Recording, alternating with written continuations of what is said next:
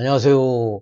안녕수입니다. 오늘은 빨리 본론부터 들어가겠습니다. 오늘도 역시 전원주택 이야기입니다. 요즘 참 전원주택 인기도 없고 말들도 참 많습니다. 최근 몇 년 동안 전원주택에 대한 수요가 뚝 떨어지면서요.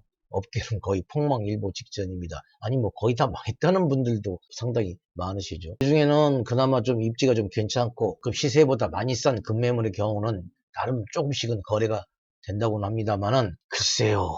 워낙 다양한 이유가 존재하기 때문에요. 딱히 뭐가 큰 문제라고 또 할 것도 없습니다. 솔직히 전원주택 다 문제입니다. 다 문제. 요즘 SNS나 유튜브를 보면 뭐 솔직히 난리도 이런 난리가 아닙니다. 한쪽에서는 할인이라도 돼가지고 어떻게 한번 좀 팔아보려고 그러고 또 다른 쪽은 망했다. 사면 바보다 뭐 이런 식으로 공포 분위기 주장하고 냉정히 말씀드리면 뭐 다 틀린 말도 아니겠죠. 어차피 서로 각자의 입장 차이가 좀 있을 뿐입니다. 제 생각이요. 글쎄요. 당분간은 구제불능 좀 회생불능이라고 생각을 합니다. 하지만 무조건 안 된다. 이제는 끝이다라고 단정 짓지는 않겠어요. 한염스가 주택단지를 만든 지가 15년째입니다. 솔직히 유튜브에서 이런저런 이야기 하시는 분들보다는 그래도 좀 전문가에 더 가깝다고 봐야죠. 아니요. 어떻게 보면 진짜 업자죠. 보다 냉정하게요. 잘 안 되면 도대체 안 된 이유가 뭘까? 그 이유를 찾고요. 또 분석을 해가지고 다시금 재활하고 또 부활시키는 게 바로 저희들 프로들, 아니 진정한 업자들이 취해야 할 그런 본연의 자세가 아닐까 생각을 합니다. 자, 오늘은 그래서 망했다, 안 된다 그런 이야기들보다는요. 대체 뭐가 문제고 또 이에 대한 해결책, 개선점은 과연 뭔가 그런 건설적인 이야기를 좀 해볼까 합니다. 자, 저는 지금 용인 지역 전원주택 단지 한 곳을 지금 살펴보고 있습니다. 비교적 가장 최근에 지어졌고요. 그리고 입지가 좋기 때문에 분양도 잘 된 곳입니다. 예전과 다르게 뭐 자연환경 그거는 뭐 옛날 얘기고요. 요즘은 무조건 입지라는 생각이 듭니다. 요즘은 아주 좀 세분화되는 추세죠. 주말주택과 도시근교 실거주형이 어차피 서로 기능적으로 크게 다르지 않습니까? 만약에 전원주택 시장이 다시 재기하고 부활한다면 그 시작은 아마 용인부터라는 게 제 분석 중에 하나입니다. 다들 뭐 잘 짓고 그리고 또 평가도 좋은 곳들인데 과연 5개 티라도 과연 있을까요? 계속 한번 살펴보기로 합니다. 자, 여러분들 어떻게 보셨어요? 뭐 워낙 개인적이라 많은 분들의 좀 생각이 다 다를 겁니다. 제가 보는 견해는요. 요즘 도시근교 전원주택의 가장 큰 문제점은 아이러니하게 주거의 과밀화, 즉 주택단지가 너무 협소하다는 겁니다. 이게 무슨 뚱짠지 같은 소리냐고요? 자, 한번 이렇게 차로 이렇게 보셨겠지만 뭔가 좀 탁 트인 개방성이나 그런 것들이 좀 없습니다. 한마디로 좀 집들이 좀 따닥따닥 붙어 있다는 이야기. 애초부터요, 과밀하게 설계된 그런 어떤 뭐 도심지나 그리고 택지지구가 아닌데 전원주택단지가 이 정도 컨디션이라는 건 솔직히 문제가 좀 있는 겁니다. 사실 그 이유는 너무나 자명하죠. 어차피 도시 근교로 가까울수록 땅값이 비싸기 때문에 어쩔 수 없이 토지 분양 면적이 작아진 겁니다. 사실요, 이런 주택단지들은 대부분 개발 이익이나 시세 차익을 위해서 애초부터 그렇게 만들어진 거예요. 당연히 땅값, 토지비는 받을 만큼 다 받다 보니 단 한 평이 또 아쉽죠? 그러니 누가 이런 단지에다가 충분한 쉼터라든가 무슨 어떤 휴게공간 그거 정말 사치입니다.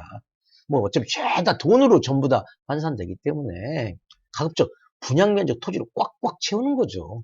당연히 뭐 집들만 빽빽하게 들어서니까 이런 모양새만 계속 생기는 거죠.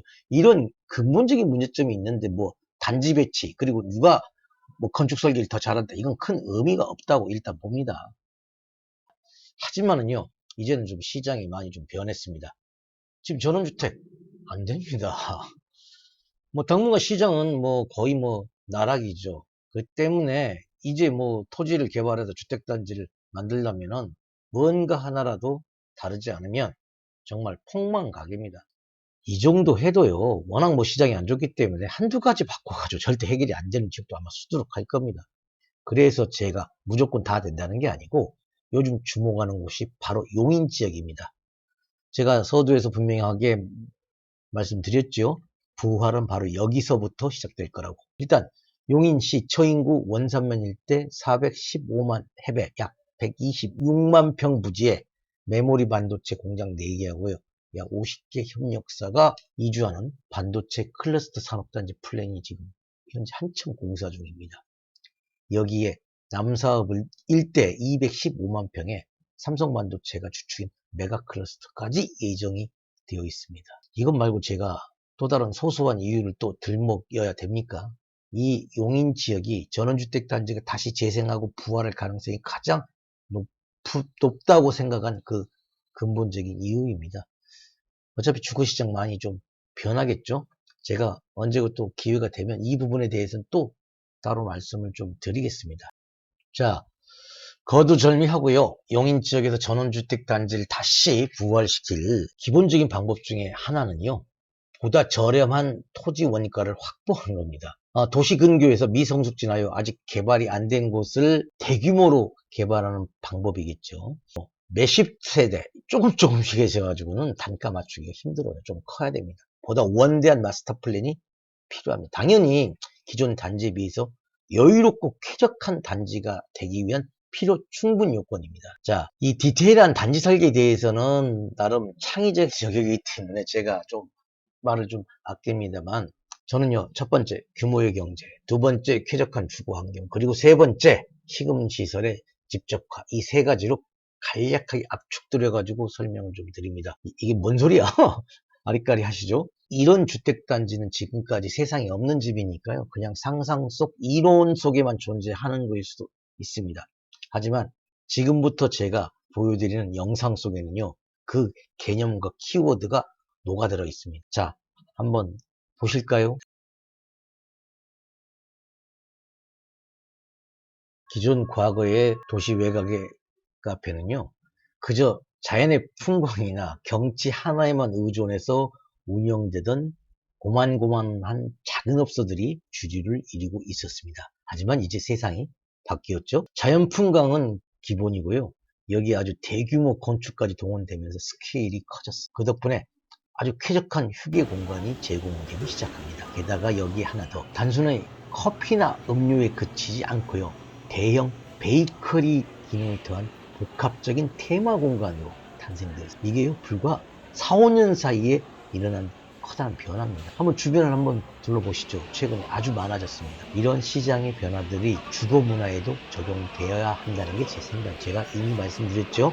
규모의 경제, 쾌적한 주거 환경, 그리고 F&B, 시금시설에 집중하라고요. 이게 향후 제가 꿈꾸는 용인 전원주택단지의 키워드입니다. 아니, 이런 단지만 앞으로는 살아납니다. 예, 한 표입니다.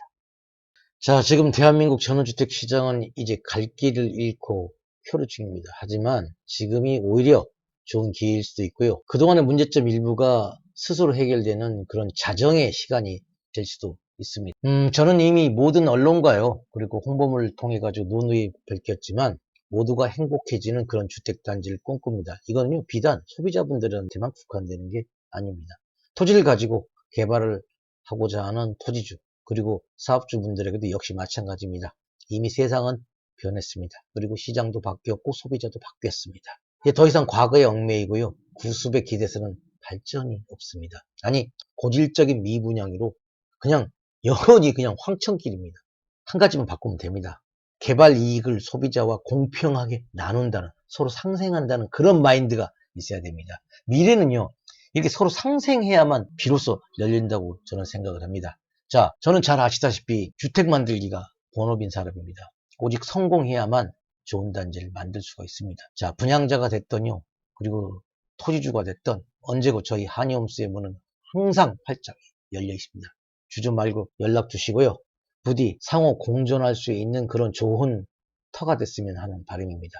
마지막으로 구독과 좋아요는 정말 꼭 부탁드립니다. 여러분의 클릭 하나하나가 소중한 씨앗이 되고 걸음이 된다는 거 꼭 잊지 말고 기억하시길 바라겠습니다. 자, 오늘도 소중한 시간 영상 봐주셔서 진심으로 감사합니다. 다음 영상에서 뵙겠습니다. 안녕히 계세요.